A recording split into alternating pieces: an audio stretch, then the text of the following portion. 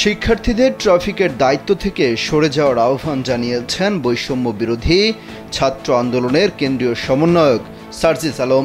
শুক্রবার বেলা 11টার দিকে সংবাদ সম্মেলনে তিনি এই আহ্বান জানান। বৃহস্পতিবার ধানমন্ডি ৩২ নম্বরে ঘটে যাওয়া ঘটনা প্রসঙ্গে সার্জিস আলম বলেন, 15ই আগস্ট উপলক্ষে কেউ যদি ধানমন্ডিতে ফুল দিতে চায় তাতে বৈষম্য বিরোধী ছাত্র আন্দোলন বাধা দিতে পারে না। যারা সেখানে অস্থিতিশীল পরিস্থিতি সৃষ্টি করেছে তাদের বিরুদ্ধে ব্যবস্থা নেওয়া হবে।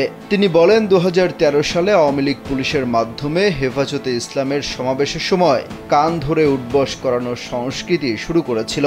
তবে তা কোনোভাবেই বৈষম্য বিরোধী ছাত্র আন্দোলনের উদ্দেশ্যের সঙ্গে সঙ্গতিপূর্ণ নয়।